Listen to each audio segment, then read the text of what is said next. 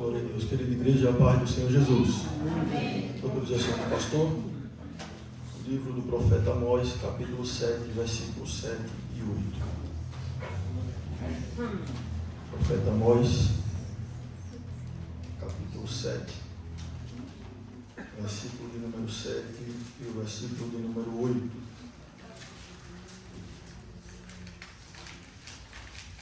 Amós, após Joel e antes de Obadias.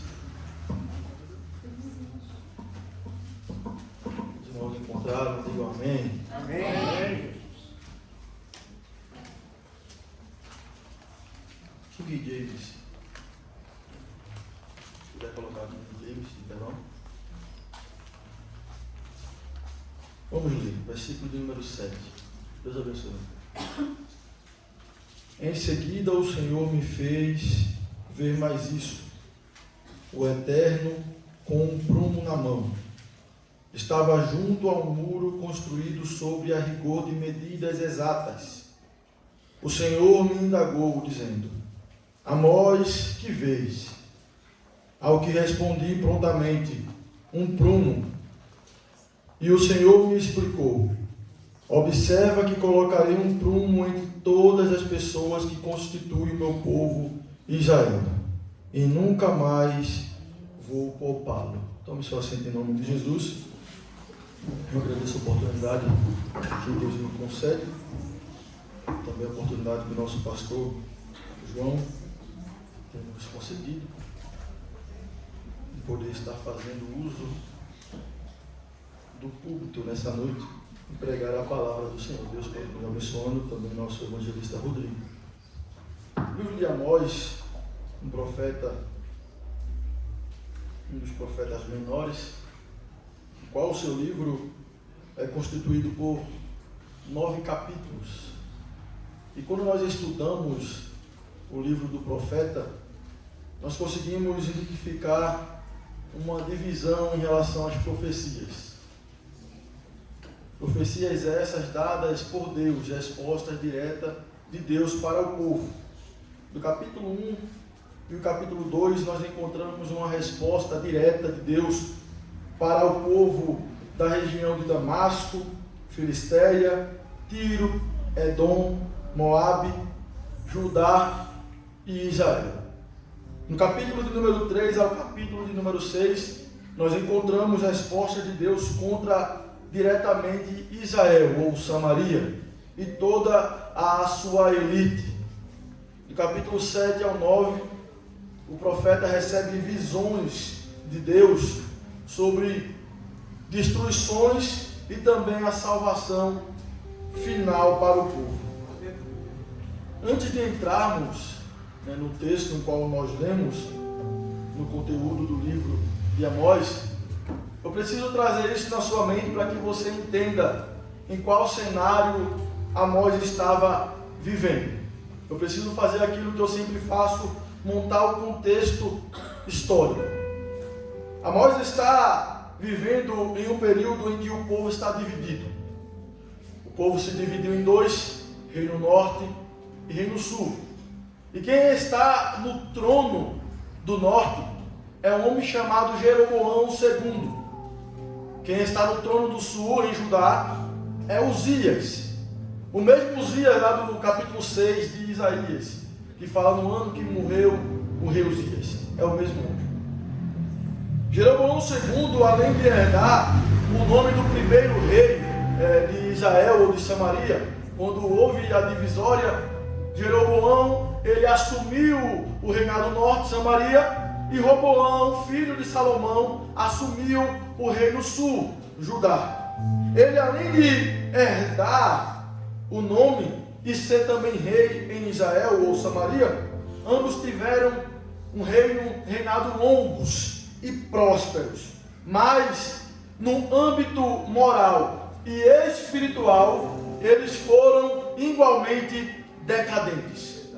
Eles possuíam riquezas, mas a sua moralidade perante o povo e perante principalmente Deus estava em falta. E é neste ambiente que Amós está incluso. para pregar a palavra, para falar o Evangelho. Amós, quando ele é chamado no seu período, ele estava 10 anos antes de Isaías, Miqueias. E também foi contemporâneo, viveu na mesma época que Jonas e Oséias.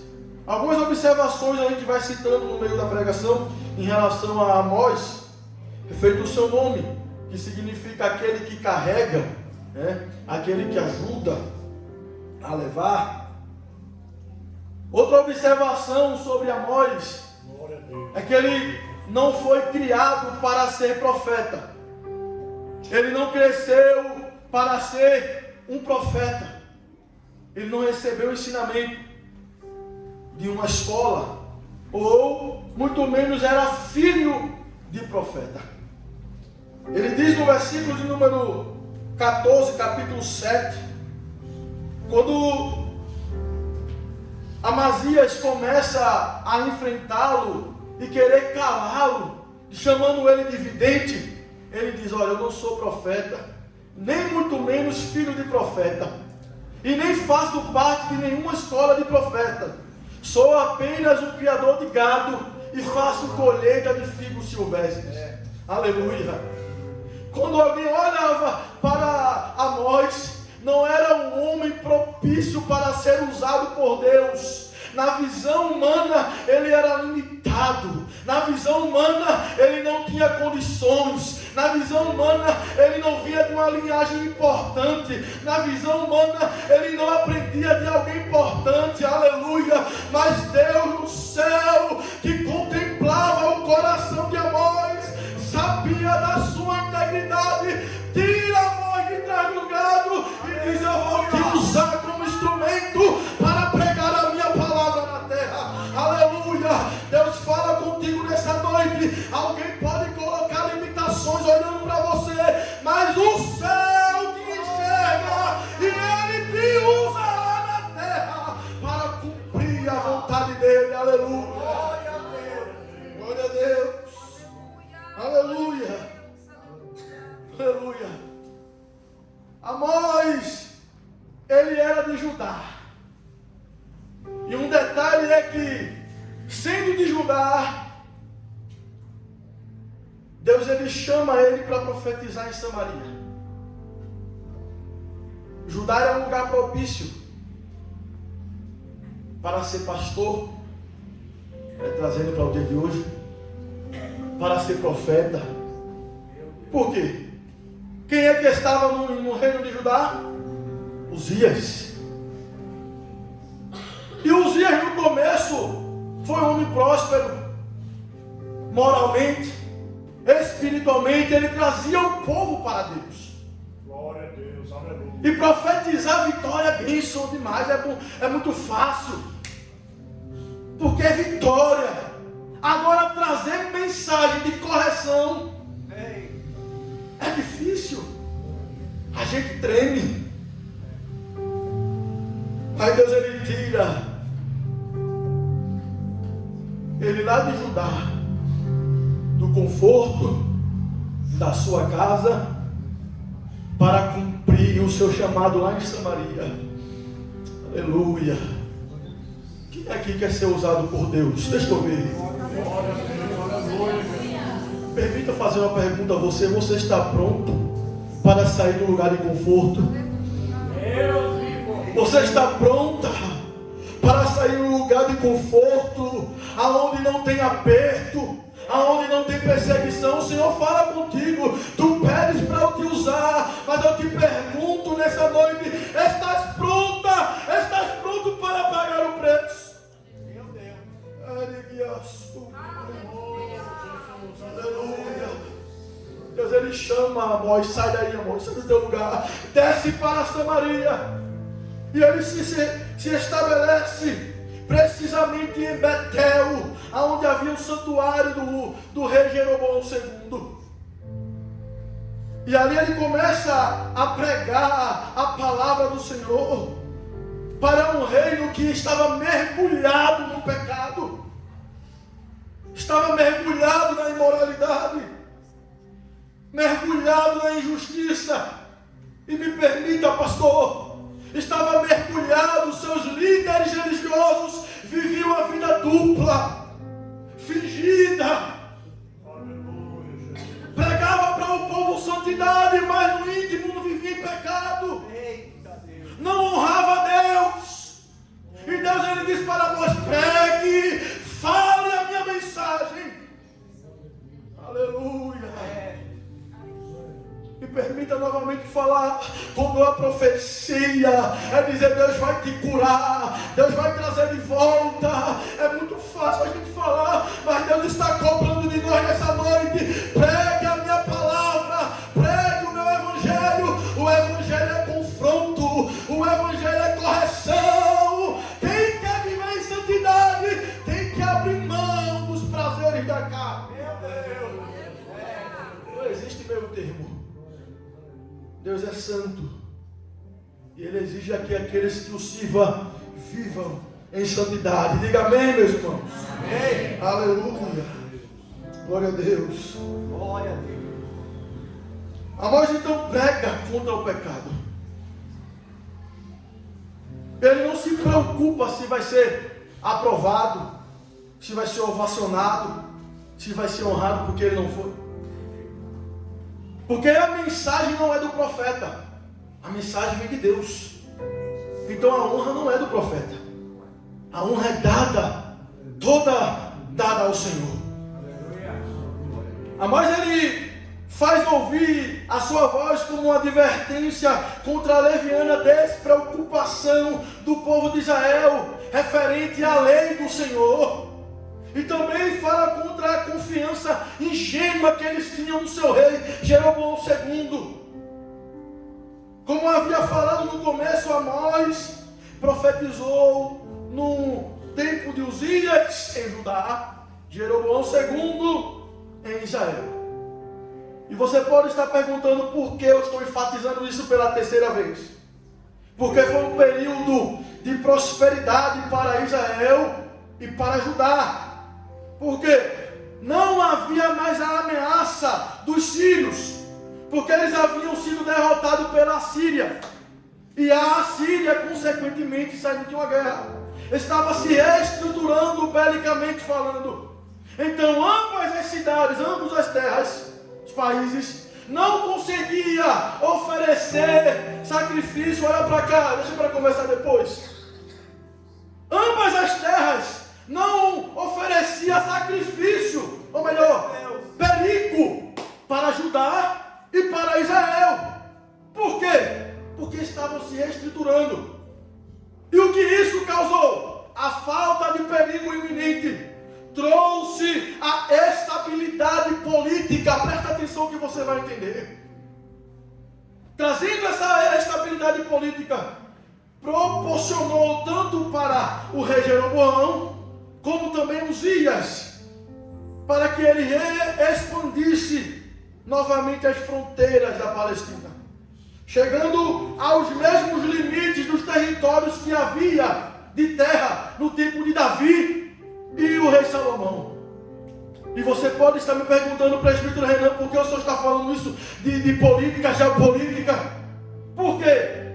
Essa expansão territorial trouxe a possibilidade de retomar o comércio internacional.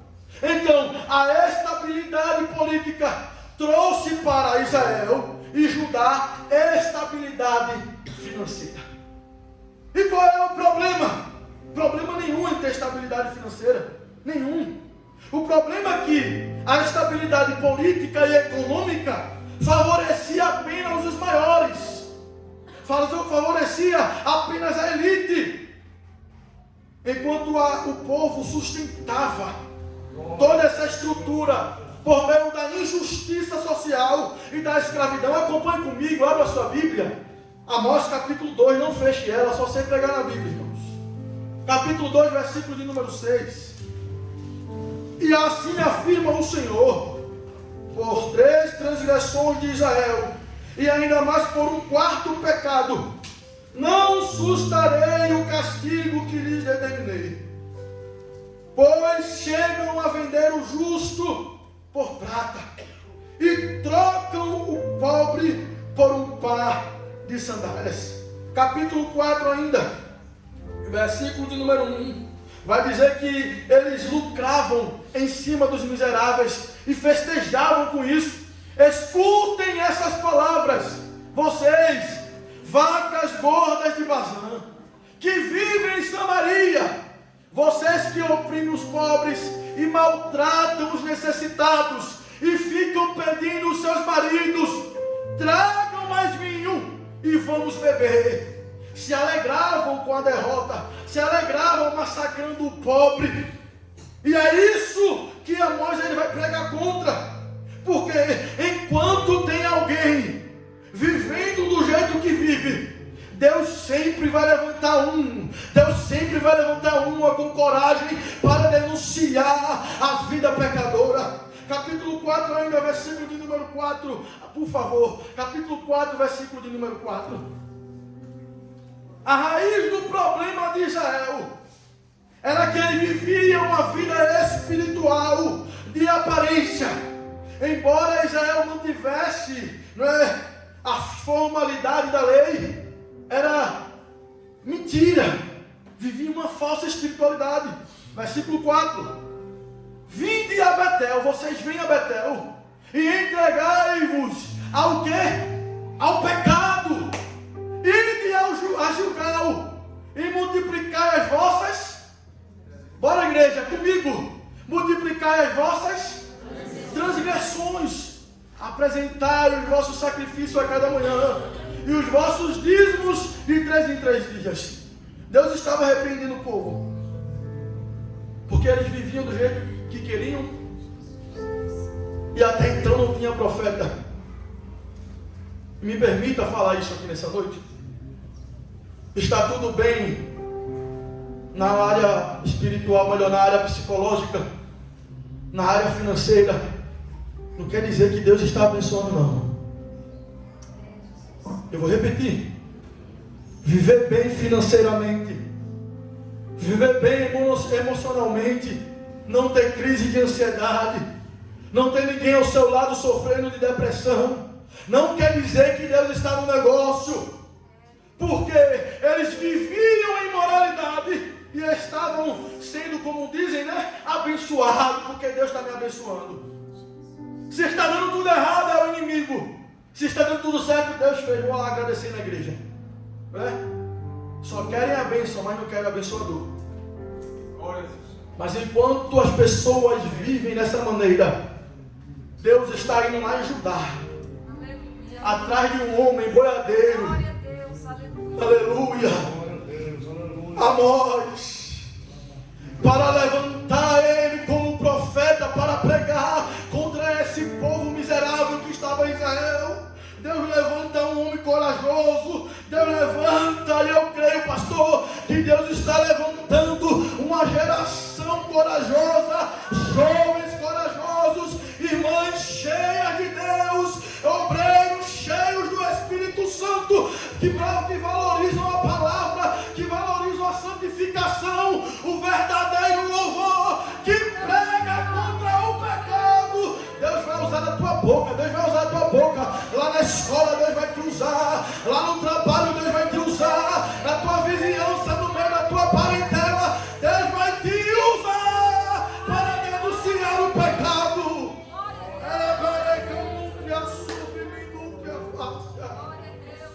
Te usarei como corajosa, como coragem, aleluia, no meio da tua família. Não se preocupa que você vai ser perseguida, você vai ser perseguido, mas eu, o Senhor, cuido de você. Eu não te deixarei só. Enquanto tu denuncia o pecado, eu cuido da tua mente dando paz. Enquanto tu denuncia o pecado, eu alargo as tendas e te faço prosperar. Enquanto tu vive em santidade me honrando, eu cuido de você.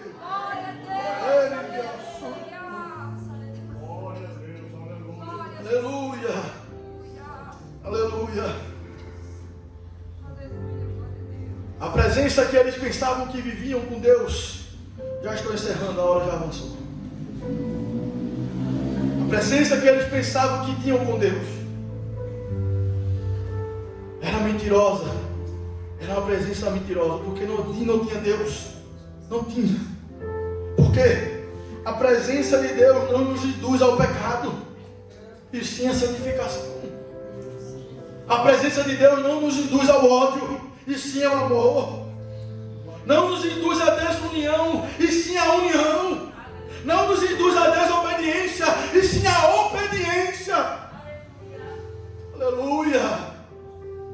Acho estranho, pastor, quando alguém que se diz ser tão usado por Deus não é obediente. Glória a Deus. É. Desobediente, não obedece os líderes, não obedece a líder. Eu sou cheio, não é. Deus, Ele fala conosco e trata conosco nessa noite. Aleluia.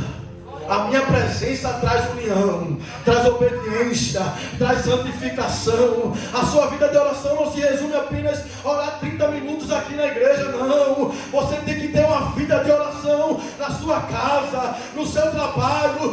Não precisa nem dobrar o joelho. Você está sentada, trabalhando, varrendo a sua casa, trabalhando e falando com Deus: Senhor, me ajuda a ser melhor, me ajuda. Aleluia, glória a Deus. Ele falou tão ousadamente que quando ele estava pregando, estava incomodando os líderes. Capítulo 7, versículo 10 e o versículo de número 11. Então o sacerdote de Betel, Amazias,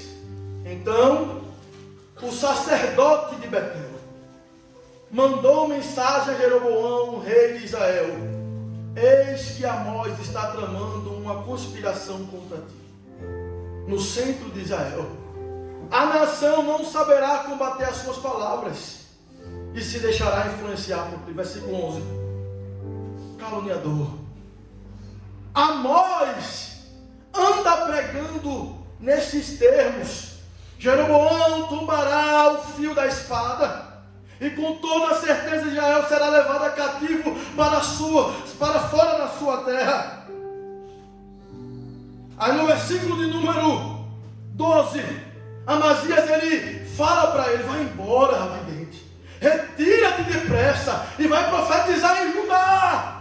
Não profetize essas coisas aqui, porque uma mensagem como essa no culto de missões. Porque Deus ele quer te usar em meio a essa geração que ama o pecado. Deus ele está nessa noite falando contigo, dizendo: eu te levanto e te dou coragem para profetizar, para pregar contra o pecado, contra a vida leviana. Mas você vai ser rejeitada. Não vão querer te ouvir. Não vão querer se alimentar daquilo que sai da tua boca. Vão te chamar de louca, de louco. Aleluia. Eu já fui chamado de louco no trabalho. Querem nos impor as verdades que eles acreditam como verdade, tirando a credibilidade da santa palavra. Quantas dificuldades a gente passa por honrar o Senhor. Quantas rejeições. E eu percebia hoje à tarde conversando e argumentando pela palavra, pregando. E quando eu olhava para ele desdenhava da minha cara: Satanás puro. Eu disse: meu Deus. Aí eu só fiz uma pergunta assim: meu filho, me responda com toda a sinceridade: você já leu a palavra? Aí ele disse: não. Meu Deus abençoe. Temos que ter sabedoria em qual sentido? Em até quanto momento precisamos insistir ou deixar de lado. Porque as pessoas só querem envergonhar o Evangelho. E eu percebi que a intenção era tão maligna que queria me estruturar, porque estava afrontando, dizendo que a credibilidade bíblica não tinha base para isso. E ele não sabe que, historicamente falando, a Bíblia é o livro mais confiável. Aleluia. Se você nunca leu, leia o livro mais que o carpinteiro. O escritor Josh McDowell, ele sendo um ateu, procura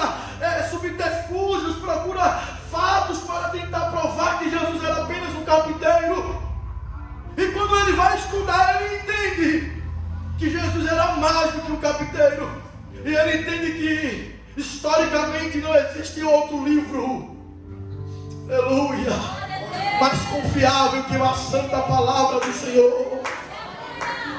Aleluia. Pregue contra o pecado, pregue contra a vida leviana, porque quando você faz a minha vontade, eu te ajudo. Aleluia. Capítulo de número 7, já estou encerrando, já era para ter encerrado. Aleluia. Amós, ele recebe uma série de visões. Primeira visão, visão do gafanhoto, versículo de número 1 ao 3. A segunda visão, a visão do fogo, versículo 4 ao 6. E todas essas duas, Deus ele abriu mão por pedido, intercessão de Amós. Aí no versículo de número 7, Deus ele fala para Amós: o que é que tu vês, Amós? E ele diz: eu vejo um prumo. E Deus ele fala: eu vou passar o prumo no meio do povo de Israel. E os irmãos aqui que são pedreiros entendem muito mais do que eu, né? O prumo garante que paredes, colunas não estejam inclinadas. Ajuda a identificar o desalinhamento, aonde está o problema. Aleluia. Veja que não era todos, né? Olhando nessa linha de pensamento, não era todos que estavam em pecado, mas tinha problema no meio. Aí Deus diz: eu vou colocar o prumo. Aonde eu ver que está desalinhado, aleluia. E o que a falta de alinhamento, quando está no desaprumo, acontece. Dificuldade na instalação de elementos, de janelas, portas. Há problemas no acabamento. Por aqui começa fino, mas lá já está 2 palmos. Porque está desalinhado. E quando o problema é maior, quando a situação de desaprumo é severa, a estabilidade da parede é afetada. Pode causar desmoronamento e destruir tudo. Mas Deus estava dizendo para Amós: eu vou passar o prumo no meio do meu povo Israel. Aleluia, oh glória a Deus. A mensagem do prumo foi pregada por Amós. Quem é que vai pregar a mensagem do prumo? Deixa eu ver. Cadê os crentes que vai pregar? Aleluia. Deus vai te usar para pregar a mensagem de correção lá onde tu trabalha. Não se acanhe, não tenha medo. Fale a minha palavra, pregue a minha palavra, porque aquilo que está fora do prumo, eu passarei o prumo. E se não quiser se consertar, eu vou derrubar a parede e construir outra. Porque dentro da minha casa não fica crente fora do prumo. Não fica, porque tem que ser santo, lavado e remido pelo sangue de Jesus. Que Deus nos ajude a viver no prumo de Deus. Que Deus nos ajude a viver conforme a vontade dEle. Nesta noite, peça ao Senhor. Se coloque de pé em nome de Jesus. Aleluia. Peça ao Senhor nesta noite: me ajude, Senhor. Me ajude a viver conforme a Tua vontade. Me ajude a pregar a Tua palavra, Senhor. Como o Senhor quer que eu pregue, porque tem que ter coragem. Aleluia. Feche os teus olhos que eu vou orar por você, amigo Jesus. Estamos em Tua presença, Senhor, nesse momento. Estamos, Senhor, aqui, Senhor, te clamando. Nos ajuda, Senhor, a viver conforme a Tua vontade. Nos ajuda a te honrar, Senhor, em minhas dificuldades da vida, em minhas rejeições, em minhas perseguições. Nos ajuda, Senhor, a permanecer firme.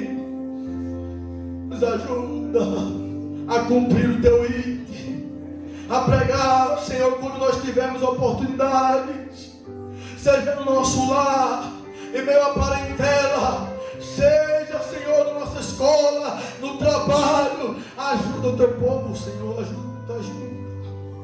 Reveste nessa noite o Teu povo de coragem para falar a Tua palavra, para pregar o Teu Evangelho. Essa noite receba da parte de Deus. Receba da parte de Deus nessa noite. Ele te enche, te reveste de poder. Ele te enche, te reveste de coragem. Você vai abrir a boca e eu vou te usar. Você vai abrir a boca e vidas vão se render aos meus pés. Você vai abrir a boca e eu vou curar através da ministração da tua boca. Receba nessa noite da parte de Deus. Receba nessa noite. O Senhor, Ele cinge os teus ombros e te diz: receba coragem e força para suportar a prova, por pregar e cumprir a minha vontade.